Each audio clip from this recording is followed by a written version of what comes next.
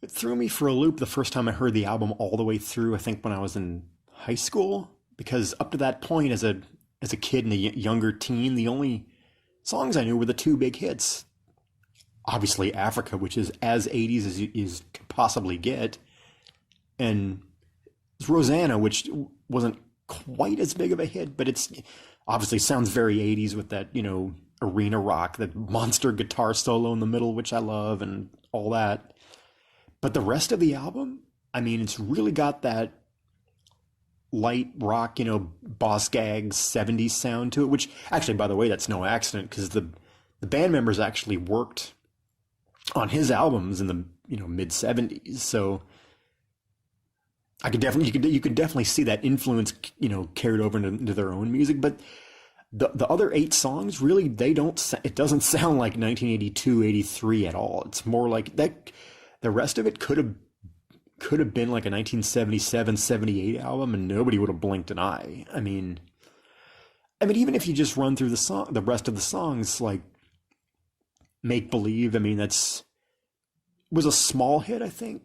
But it's like very R&B sounding. It's very stereotypical of the 70s. I don't know how else to describe it. I Can't Hold You Back, the real soft ballad, gets a little more upbeat towards the end, but again, it's not like the 80s power ballad style. It's, very much, smooth, soft, that, I guess, like the Christopher Cross style.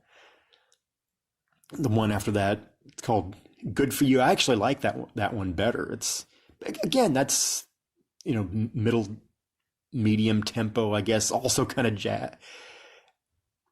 One after that, which is really like, it's called It's a Feeling. I like that one a lot. It's very atmospheric. That one's actually more, that's almost like, that could almost be like a straight up, jazz song. It's not even really R&B so much.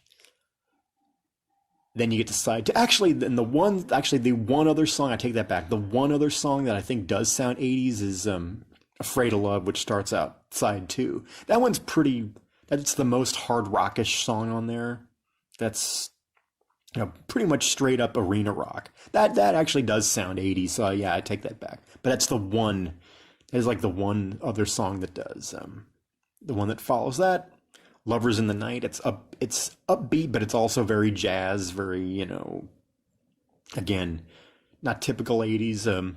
We Made It, also upbeat, but it's again R&B style, 70s style.